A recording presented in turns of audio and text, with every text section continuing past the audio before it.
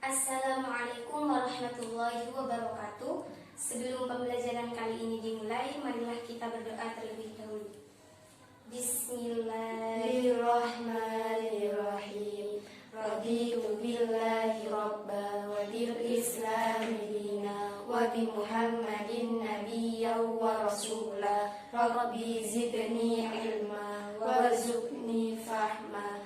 Amin ya rabbal alamin. Baik, gimana kabarnya anak-anak? Alhamdulillah, luar biasa. Allahu Akbar. Yes. Baik, karena kita ini adalah awal pertemuan, jadi perkenalkan, nama saya Fatimatu Zahra, bisa kalian panggil Ibu Fatim. Untuk pembelajaran kali ini kita akan membahas mengenai dahsyatnya persatuan ibadah haji dan umroh. Jadi untuk pertemuan pertama ini Ibu akan menjelaskan mengenai materi haji, dan untuk ibadah umroh nanti Ibu jelaskan di pertemuan berikutnya.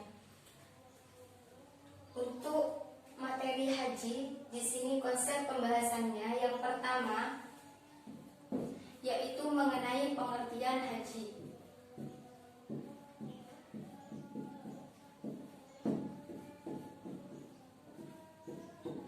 Yang kedua yaitu syarat wajibnya haji. Syarat wajib haji. Yang ketiga, ini rukunnya haji. Rukun haji. Yang keempat, wajib haji.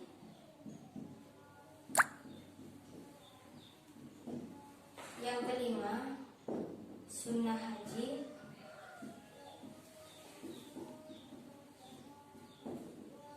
Yang keenam, larangan haji.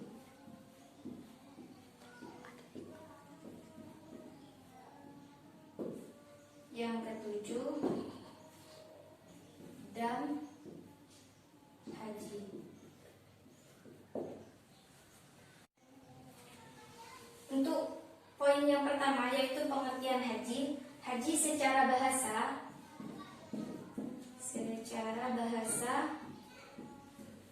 berasal dari kata hajja, yang artinya itu menyengaja sesuatu.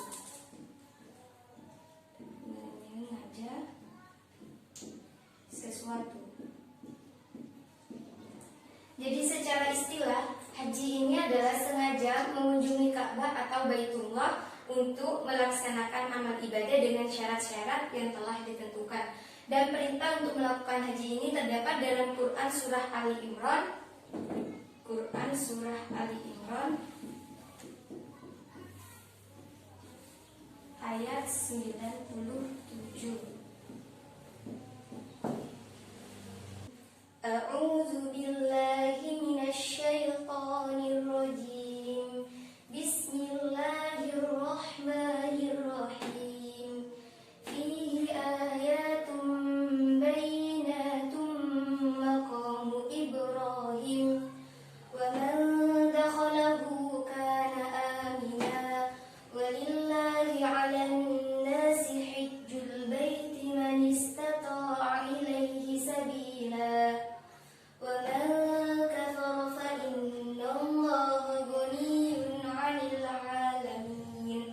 Jadi dari ayat ini dijelaskan bahwa haji itu hukumnya wajib bagi orang yang mampu untuk melaksanakan haji tersebut. Di samping melaksanakan ibadah haji, orang-orang yang di tanah suci itu juga melaksanakan ibadah haji dan umroh, yang mana ada 3 macam. Yang pertama yaitu ifrad. Yang kedua, tamattu. Yang ketiga yaitu qiran. Ifrad ini yaitu melaksanakan ibadah haji dulu, baru setelah itu umroh. Haji dulu, setelah itu umroh.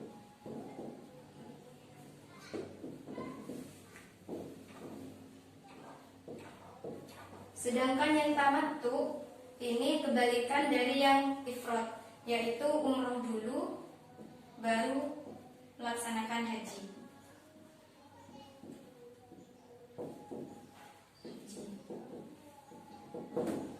Sedangkan yang ketiga ini yaitu melaksanakan haji dan umroh secara bersama-sama. Haji dan umroh secara bersama-sama.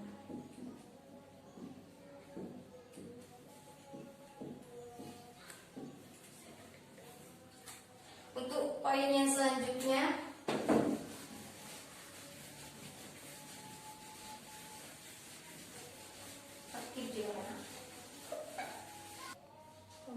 untuk konsep pembahasan yang kedua yaitu mengenai syarat wajib haji. Syarat wajib haji. Jadi syarat wajib haji ini adalah hal-hal yang harus dilakukan ketika akan melaksanakan haji. Yang pertama yaitu Islam. Jadi orang yang melakukan haji itu adalah orang yang beragama Islam. Namun jika ada orang yang non-muslim pernah melaksanakan haji namun setelah itu masuk Islam, maka ia masih memiliki kewajiban untuk melaksanakan haji. Yang kedua yaitu balik. Jadi di sini untuk anak yang masih kecil itu belum diwajibkan untuk melaksanakan haji, akan tetapi jika dalam usianya yang kecil masih sudah melaksanakan haji, maka tidak menggugurkan kewajibannya ketika ia dewasa tetap melaksanakan kewajiban hajinya itu. Yang ketiga yaitu berakal sehat.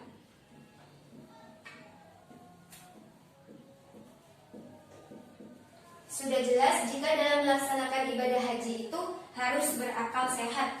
Jadi tidak diwajibkan bagi orang yang tidak memiliki akal sehat, misalnya gila, itu tidak diwajibkan untuk melaksanakan ibadah haji ataupun ibadah-ibadah yang lainnya. Yang keempat yaitu merdeka.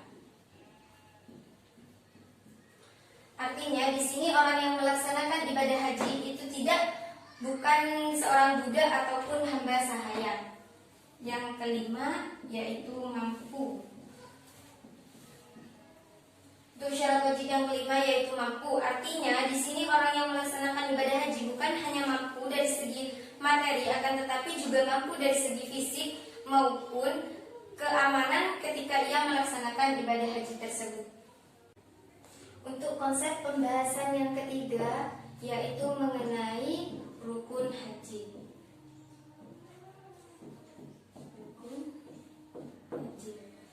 Rukun haji yang pertama yaitu ihram disertai niat. Ihram disertai niat.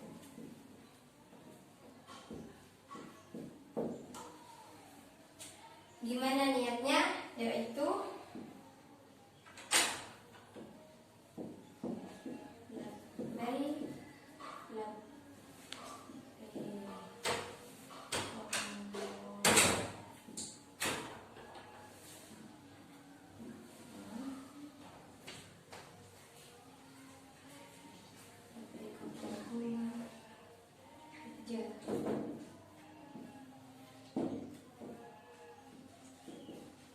ini. Untuk rukun yang pertama yaitu ihram disertai niat. Niatnya labbaik Allahumma hajjan.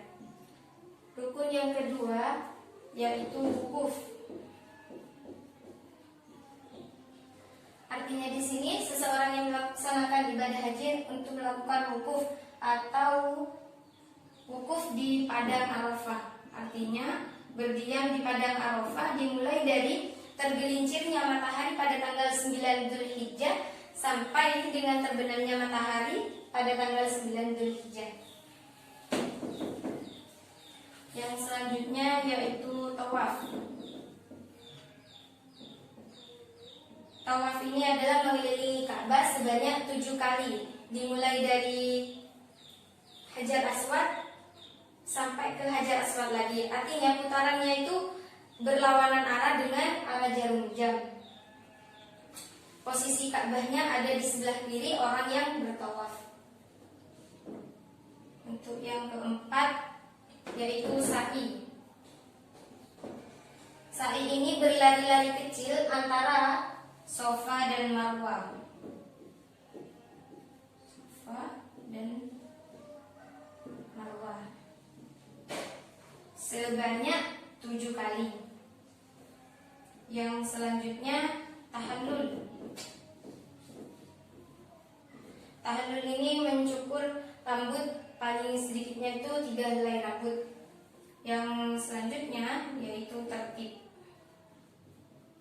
Tertib ini adalah berurutan, yaitu mulai dari rukun yang telah disebutkan di awal ini: ihram, wukuf, tawaf, sa'i, dan tahlul. Jadi harus tertib dilaksanakan, tidak boleh loncat-loncat. Untuk konsep pembahasan yang nomor 4, yaitu mengenai wajib haji. Wajib haji ini adalah kegiatan yang apabila salah satunya tidak dikerjakan, maka hukum hajinya itu tetap sah, namun dikenakan dam atau janji atau denda yang harus dibayar. Sedangkan jika yang sebelumnya, rukun haji itu apabila salah satunya ditinggalkan, maka hajinya itu tidak sah. Untuk wajib haji yang pertama yaitu ihram dari mikot. Ihram dari mikot. Mikot ini ada 2. Yang pertama yaitu mikot zamani atau ketentuan masa. Yang kedua yaitu mikot makani atau ketentuan tempat. Mikot makani ini dibagi menjadi beberapa. Untuk yang pertama yaitu Mekah. Mekah ini adalah mikot dari orang-orang yang tinggal di Mekah itu sendiri. Sedangkan yang kedua yaitu Zulhulaifah.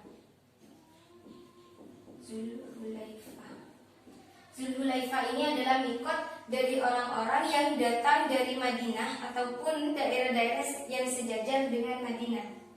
Yang ketiga yaitu mikot Juhfah.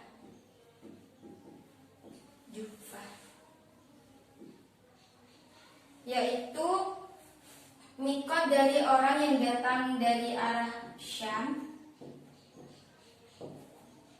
Mesir, Maghribi, maupun daerah-daerah yang sejajar dengan tiganya ini. Dan ini dari Madinah. Yang selanjutnya yaitu Yalamlam.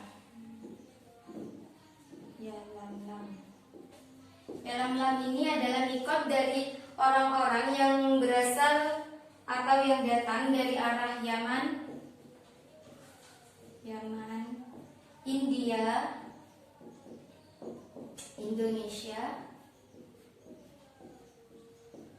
dan daerah-daerah yang sejajar dengan itu. Yang selanjutnya yaitu Qarnul Manazil.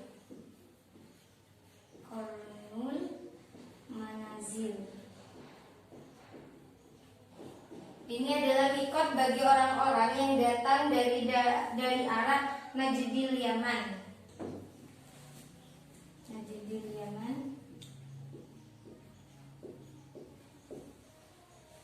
Dan juga Najdil Hijaz.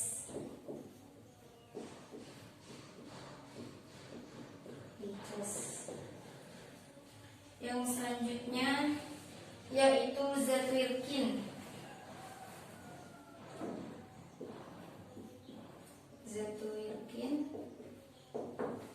Adalah mikot yang untuk orang-orang yang datang dari arah Irak dan negeri-negeri yang datang dari arah negeri ini.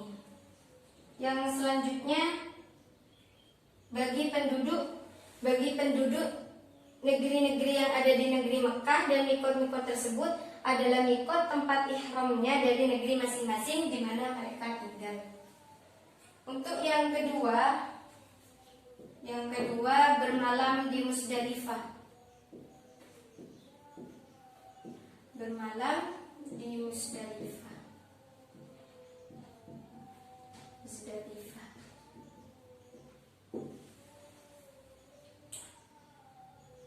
Setelah tadi wukuf wukuf di Padang Arafah. Jadi wajib hajinya yang kedua ini adalah bermalam di Musdalifah. Yang ketiga dari wajib haji ini adalah melontar jumrah Aqobah.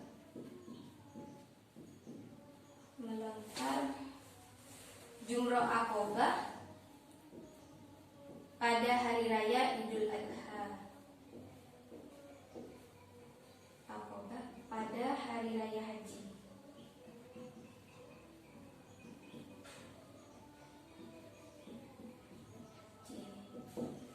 Sedangkan yang keempat yaitu melontar 3 jumrah.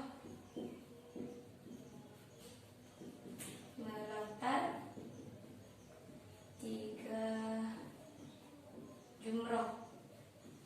Apa saja 3 jumrah itu? Yaitu jumrah ula, wusta, dan Aqobah.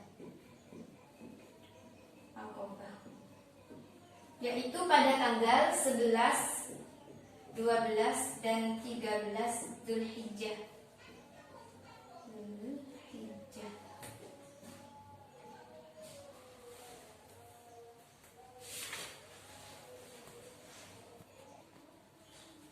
Untuk yang kelima, wajib haji yang kelima yaitu bermalam di Mina.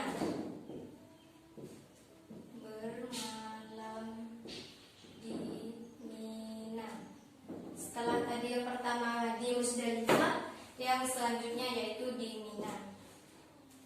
Yang keenam yaitu tawaf wada. Tawaf wada. Tawaf wada ini adalah tawaf perpisahan yang dilaksanakan ketika akan meninggalkan Mekah.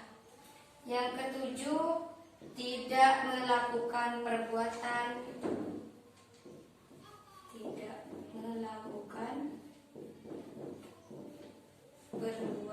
yang diharamkan.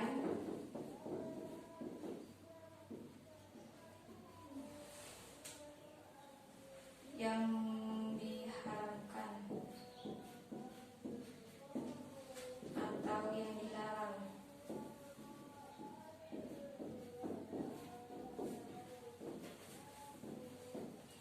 Jadi ini adalah yang termasuk dari wajibnya haji. Yang pertama yaitu ihram dari mikot, yang kedua bermalam di Musdalifah, yang ketiga melontar jumrah Aqobah pada hari raya haji, yang keempat melontar 3 jumrah yaitu ula, wusta, dan Aqobah, yang kelima bermalam di Mina, yang keenam tawaf wada, yang ketujuh tidak melakukan perbuatan yang diharamkan atau perbuatan yang dilarang. Untuk poin yang selanjutnya, yang kelima yaitu mengenai sunnahnya haji. Sunnah haji. Sunnahnya haji yang pertama yaitu membaca talbiyah. Membaca talbiyah.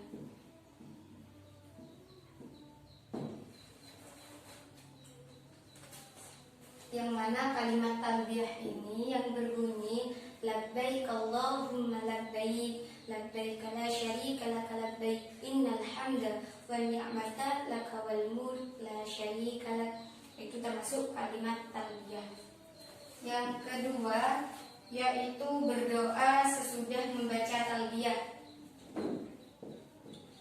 Berdoa sesudah membaca talbiyah.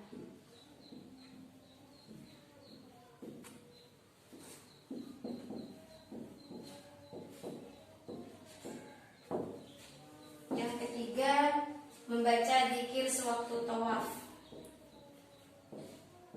Membaca zikir sewaktu tawaf. Yang keempat, salat 2 rakaat sesudah tawaf. Salat 2 rakaat sesudah tawaf.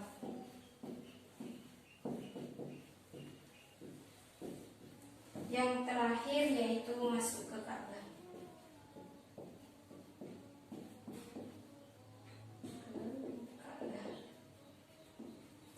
Kelima 5 poin ini adalah sunahnya haji. Sunahnya haji yaitu apabila dari kelima ini dikerjakan maka akan mendapatkan pahala, dan apabila tidak dikerjakan juga tidak mendapatkan dosa.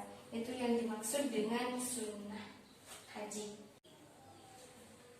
Konsep pembahasan yang keenam yaitu larangan haji. Larangan haji. Untuk yang pertama yaitu bagi laki-laki. Yang kedua bagi perempuan.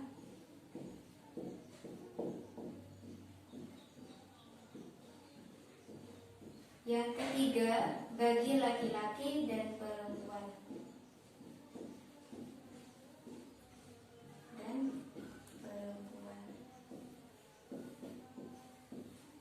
Larangan haji ketika ihram. Untuk laki-laki ini ketika ihram dilarang memakai pakaian yang berjahit, baik itu jahitan biasa, sulaman, ataupun dikaitkan kedua ujungnya.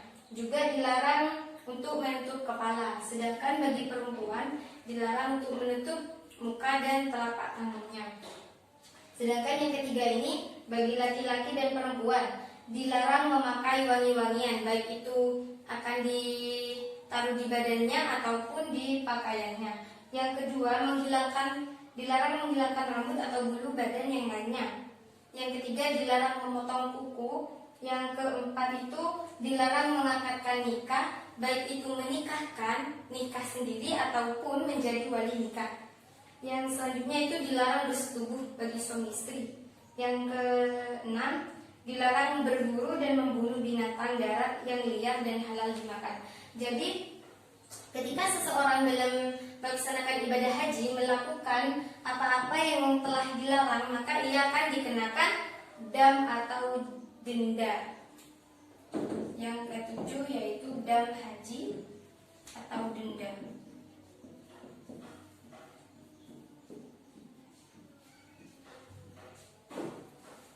Dam haji atau denda ini ada beberapa jenis pelanggaran. Yang pertama jika tidak mengerjakan haji ifrad, maka ia harus membayar damnya atau dendanya itu menyembelih 1 ekor kambing. Namun jika tidak mampu, maka ia bisa berpuasa 10 hari, 3 hari di Mekah dan 7 hari di negeri asalnya.